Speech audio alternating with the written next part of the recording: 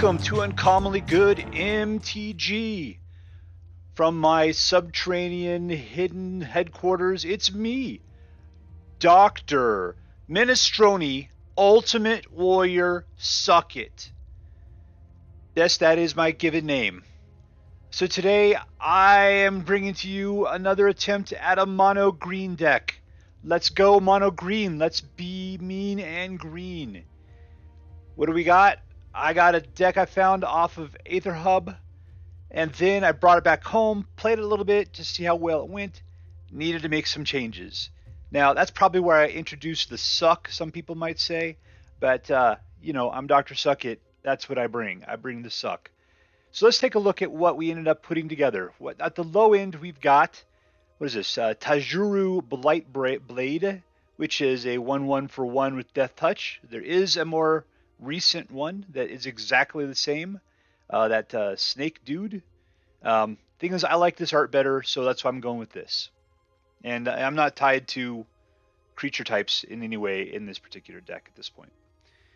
We've got Inscription of Abundance, which is a Swiss Army knife card. We've got put two +1/+1 counters on target creature. Target player gains X life, where X is the greatest power amongst creatures they control, or target creature you control fights creature you do not control, which is what you are normally going to be doing with this card. Fighting.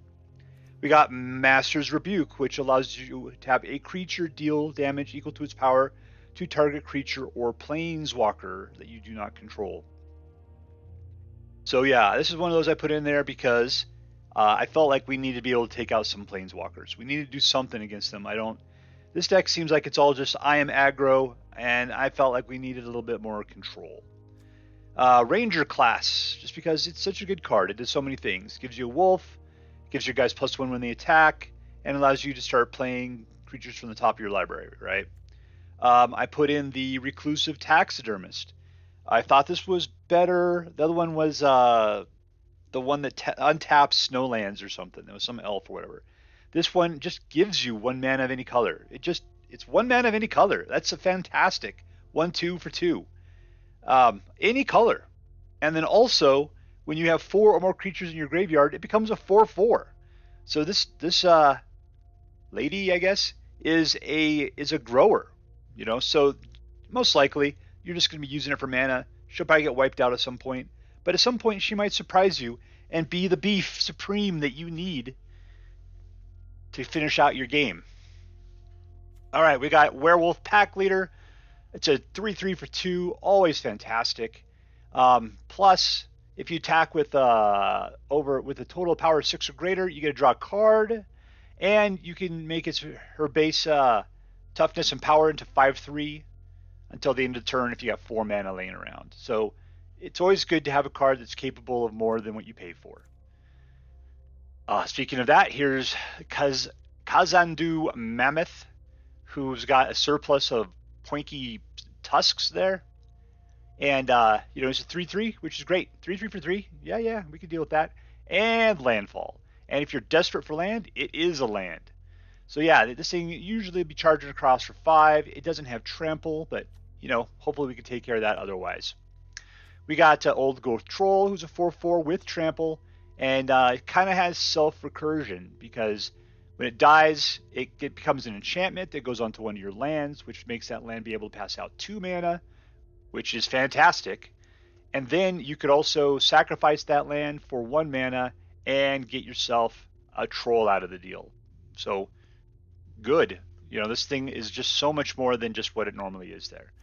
I put this in. I forget what I took out. I just felt like it... whatever was in there originally needed. So we put Saryth the Viper's Fang. I only have 1 in there. I'm not sure. Whenever I played, I had 2 in originally. But whenever I played, it never showed up. But other tapped creatures you control have Death Touch, which means once you attack, they become Death Touchy. And that, you shouldn't need it, but man, if you do, that could be so cool. But then if they're untapped, they've got Hexproof. So I thought, ooh, this is looking really good. Plus, she can untap target creature or land you control. So there's that. And it's 3/4, which ain't bad. It only costs 4. Oh, I know what it was. Eskel's Chariot. That's where I moved because Yeah, Eskel Chariot is a great card. But you know what Dr. Suckett hates? Eskel Chariot. I was really hoping it would be banned at the time of Alrund's Epiphany. But nope, they kept Eskel's Chariot for some dumb reason, and I hate it, and I just refuse to play with it. So yeah, if you're going to play this deck, you'll probably want to play with Eskel's Chariot. It's a great green card, but I hate its stupid guts, so I'm not playing with it. So I looked for something else that was 4 mana I could replace it with. I found 2 of her, and I put that in there. But then I thought, you know what? We also need Wrenn and Seven. It's a green deck. Wrenn and Seven is so good. I mean, you can put out a Tree Folk that'll be equal to the number of lands you have. We don't have a lot of ramp, so it's not that great. But then Wrenn and Seven itself is a ramper. So yeah, you can reveal the top 4 cards of the library, put all the land cards reveals into your hand, and the rest into your graveyard. So therefore, it just goes and gets it. And then the next turn, you can put any number of lands from your hand into the battlefield tapped. So Wrenn and Seven is ramp incarnate with a little bit of I'm going to create a Tree Folk that's power and toughness is equal to the number of lands you have. That's some good stuff. Let's get back down over here. We got Ulvenwald's Oddity. You know, this card looks like it should be so incredibly awesome. It's just a 4/4 with trample and haste for 4. That's great. It's not awesome. It's great, right? And then its other ability, which costs 7. That's the problem. Is that I find it hard to get to 7, and keep this guy alive that long. You know, to transform it into an 8/8, and then other creatures you control get +1/+1 and have trample and haste. I mean, that's great. It's just getting that 7. So you know, I guess it's fine. It's like having if you could get the Behemoth and just play him for 7. Like it was a kicker price or something, you know, that would be super cool, because what's nice is then you could say, oh, look what I'm playing for 4. I'm playing the 4/4 version of him because I don't want to wait around for the 7. But ultimately, you got to play 4 and then 7 to get up to his ultimate form there, where he just eats straight with his belly. That's so much more efficient that way. So much more. All right, and lastly, well, I'm not going to say lastly, but as far as the non-lands are concerned, we got Unnatural Growth. There is, it looks like one of these. And, you know, this is a great card. It's you put it out, and at the beginning of each combat, your dudes double in power and toughness. So they just go to crazy town. All you guys become 8s all of a sudden. You're not really passing out a bunch of counters or anything. We got a little bit of that. But, you know, I guess that's it. We do have some counter if we have the Ranger class out. We got a little counter coming from some of these other things like the Abundance. But still, generally they're going to ramp up to 8. Maybe this guy ramp up to 16. You know, you never quite know. But you got to keep that trample going, because otherwise they got their little chumps in the way. And, yeah, that's not going to help you out too much.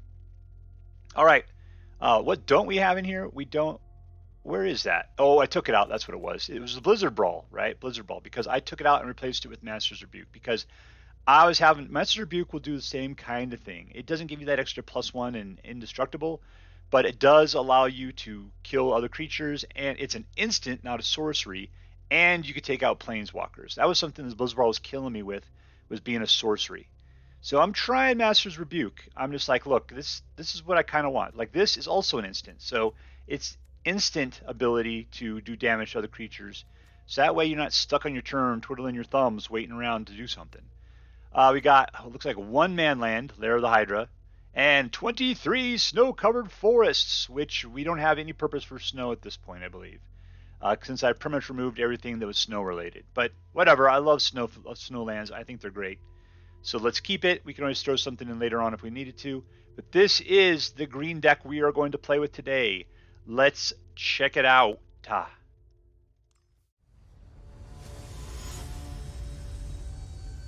All right, we are playing against Monteveck.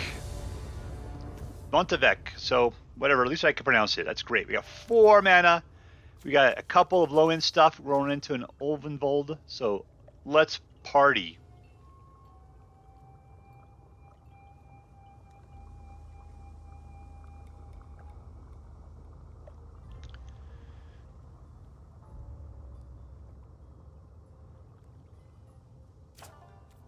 All right, looks like they're going first. Never a good thing, but we'll deal with it. It's funny, we have 1 Lair of the Hydra, and it seems pretty traditional that we get it early and often. We shall name this one Larry of the Hydra, because he seems to really enjoy playing. Goldfish. All right, mono red. Yep, we'll do this. Now he's gonna be looking to sacrifice it. What does this thing do? He would love to go up against the Blightblade. Ooh, that was vicious. What the hell was that crap? Alright, let's... Season of the Wolf. I almost said a bad thing. I almost said Hungry Like the Wolf, which is a crappy Duran Duran song from the 80s. Ugh. Alright, should we Season of the... Oh, should we Season of the Wolf a second time? Let's do it. Okay. I'm okay with a little sacrificial action here, because I got nothing but beef coming up, baby. Oh, next.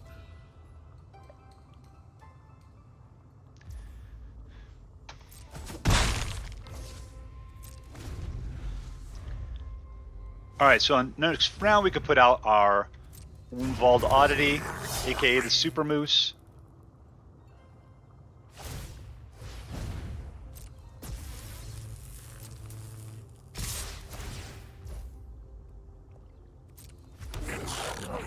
Uh-huh.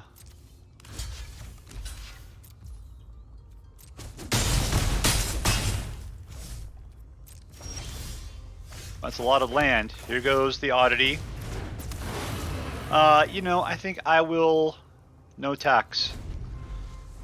I mean, I could have got in for another 2, but I kind of just need to chill for a second. He's just trying to swarm me, is what we're going to try to do. 13. It'd be nice to get some of those direct damages going on.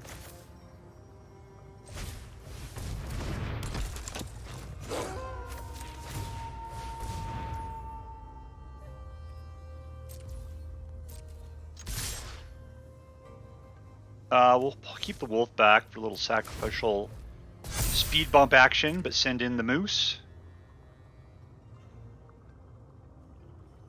Hey, Rocky. You got anything over here I'd be interested in? Gee, I don't know, Bullwinkle.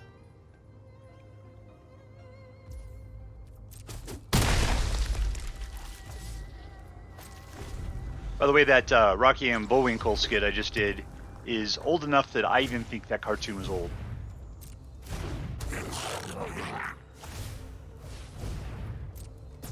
You coming down, Chinatown?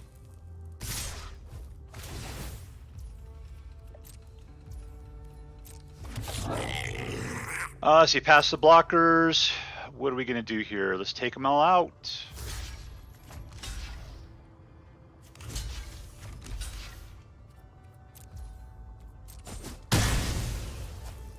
Oh, first strike? Is there something weird going on here? Yeah, I guess I got to watch those symbols a little bit more. I'm probably dead, but I'm loving it. 4, 5, 6. Still can't make the Oddity go to Crazy Town. But I can double this up.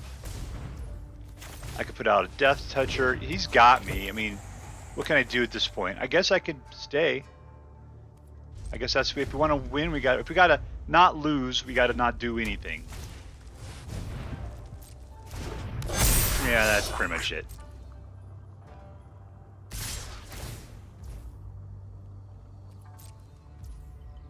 First strike, huh? I can't activate that ability.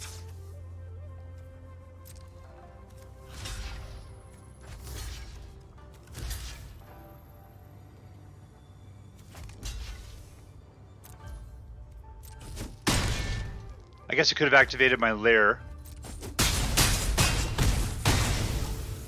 Oh, if I would have, I could have, well, maybe lived. I don't know. Was there a slow guy in there I didn't know about?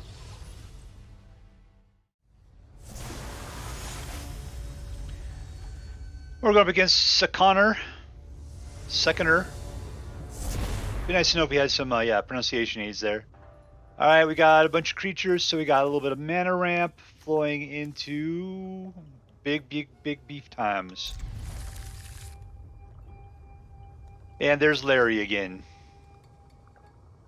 What is this flaming pile of rocks doing over here? Looks like he doesn't want to be bothered. Alright, sorry, bud.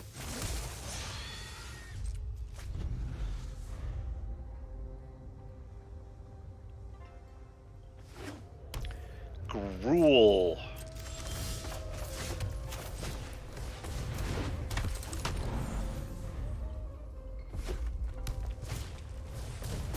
Landfall.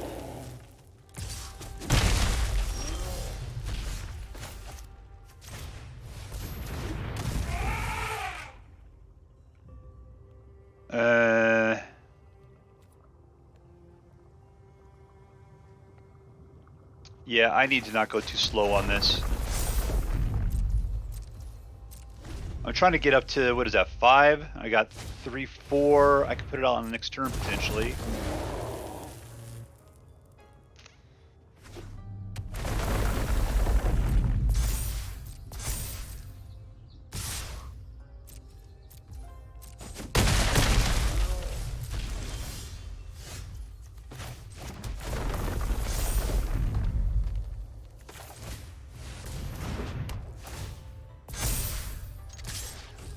Couldn't pass up doing 10 points of damage.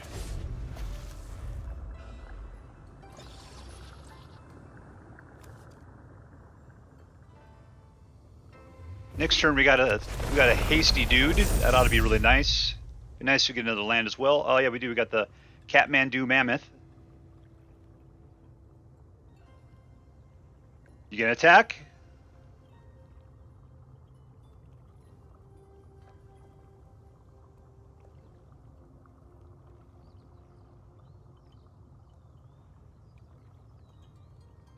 I know you're not used to having to think about things. You're red and green. But it's just attack, man. That's the only button there is.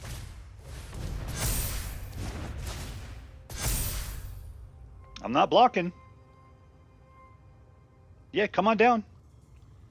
Come on down, Chinatown. There we go. I know. You have thirst for the blood. You got to do what you got to do. All right, here we go. Haste.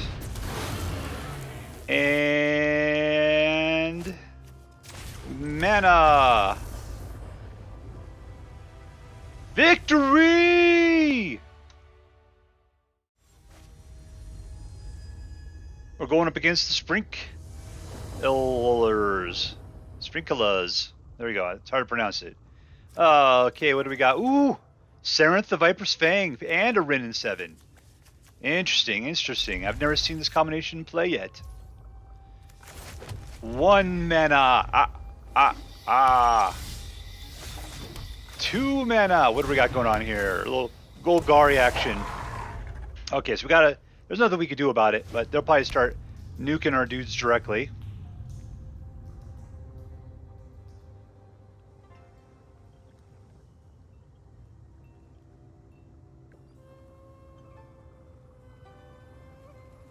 So the question on the next turn with the 3 mana, should I get the Werewolf pack out or should I activate the creature pump? I'm thinking put out the Werewolf. Oh no, we'll go for Old Growth Troll.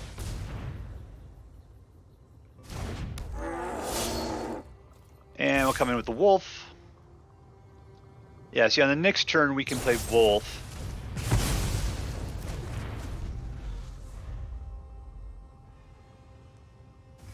Ooh, actually, the Saryth will keep my dudes alive with Hexproof.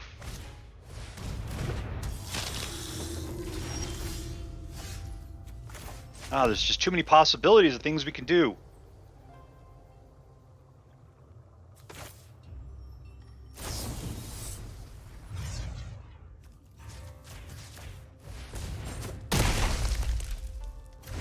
Hello, let me pick your hand.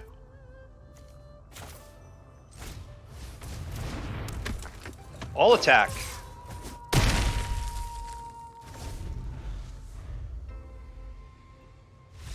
And we win. All right, so this is Beef Supreme. And in its current incarnation, we played it, I played it 4 times total, and it has won 75% of the time. So 3 wins, 1 losses. And yeah, the one time we lost, it was to a mono red deck, which just flooded us, and we couldn't keep up with that onslaught, that swarm. I think we could have done a lot better if we would have gotten some of the Master's Rebuke or the Inscription of Abundance. I mean, there are 7 of them, and yet we never got them because that would be the thing that would allow us to actually, control the board, to take out those guys that are empowering the mono red decks.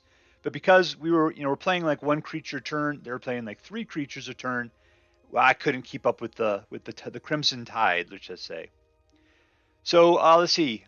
Was this deck good? Yes, it was good. Was it competitive? Yes. Was it fun? Yeah, it was okay fun. I mean, you definitely had a ramp to it. I mean, it grew over time. You had a mana curve. Unnatural Growth was just insane when it finally got out on the table. It was only 5. If anything, this deck needs to be balanced a little bit better, in my opinion. I'm leery to change things because obviously this original deck, which I did change, was balanced a certain way. It only had 1 Unnatural Growth into it. It only had 7 of these kinds of cards in it for creature pinging out other creatures deck. There was no Death Touch at all. I made changes to it, but this is essentially the flow of the deck. And it's like when you get a deck, it's built in a way for a reason. And of course, I'm not hanging out with that dude. He didn't tell me exactly why he picked the choices he did. But in my own, I just think that having only 1 Unnatural Growth is really just saying that, yeah, if it shows up, it shows up. I don't know. I mean, maybe. And while 4 means, yeah, I really want to get that card at least once in here. And right now, we've got 3 cards that we only have singles of, and 1 including Lair of the Hydra. So it's just like, I mean, the weird part is Larry always comes out. That dude is always almost like in the first hand. He's like the first deck card I almost always put down in this deck. So what was great? I mean, Ulvenwald Oddity with trample and haste, especially if you got the Unnatural Growth out, is so fantastic. Because then out of the blue, you got somebody who's doing 8 points of damage, and they can only block whatever they can block. All the rest of it is coming. Old Growth Troll, that guy, I just know when you play against him, he's only a 4/4, but man, he's just a resilient 4/4, and he's got trample. So it's like, yeah, you got to be able to, I mean, he's definitely more of a B-level threat, but the fact that he keeps coming back makes him so good there. Let's see, the Kazandu Mammoth, that landfall is pretty cool. Landfall runs out is the problem. Eventually, you're not getting the lands you had before. There's not land searching inside this, except for with was it Wrenn and Seven, to keep the engine going for the Mammoth. But regardless, you got a 3/3, which is good, and it's always great to have the option for that extra land in case you need it, right? In case you need it. Like I think I played these things as lands last time, just to keep that myself going forward. Master's Rebuke and Inscription. I mean, if anything, I feel like we need more of these because this is what gives green the extra power that it needs. It's easy for green to put out big fat creatures, no problem there. But to leverage that to kill other things is great. We need the Blizzard Brawl back in there because that's what Death Touch is for here. Is that, well, what does it say? Target creature you control deals damage equal to its power. I'm not sure if that would work without it. I can say because if you want the fight to happen so the Death Touch can be towards any creature, and Blizzard Brawl will keep it alive with its indestructible. So yeah, if anything, I'd say I'd even throw a couple more Blizzard Brawls in here. But Ranger class, I always feel like this one could be so great, but I've got better things to do with my mana for level 2 and level 3 more times than not. So all I'm generally paying for is a 2/2 Wolf. I guess it's nice to have a backup plan, a plan B, in case you get kind of stalled. But even then, if you can't attack with something, then getting an extra +1/+1 counter is not going to be all that helpful. And that level 3 is probably the best thing you got going on for you there. This guy's super cool. I think that Reclusive Taxidermist is fantastic because that 1 mana of any color. I mean, I only need green right now, but you could easily put this into a Gruul deck and it would be fantastic. You could put this any other deck you mix with green. I think the Reclusive Taxidermist should be in all of those. I am getting so bored of the pack leader. It is good. It is great. It's just that it's so boring at this point. But not so boring that I'm willing to take it out. So I think if you use this as a pattern, you could definitely swap out cards or twist the formula a little bit, and you could get your own take on a green deck. It's very, very malleable without killing the spirit of what makes it great. And you got everything in here. And that Saryth, the Viper's Fang, I swear this card is going to be so good. So good.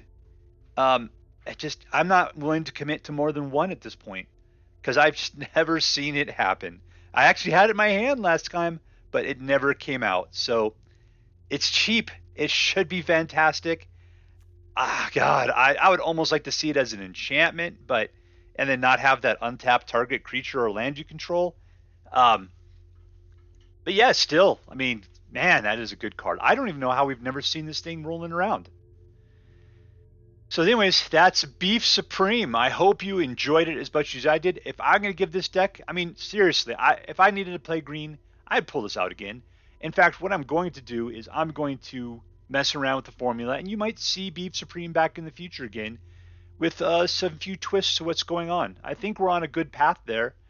I just think that, there's some things that we can drop and some other things we can pick up.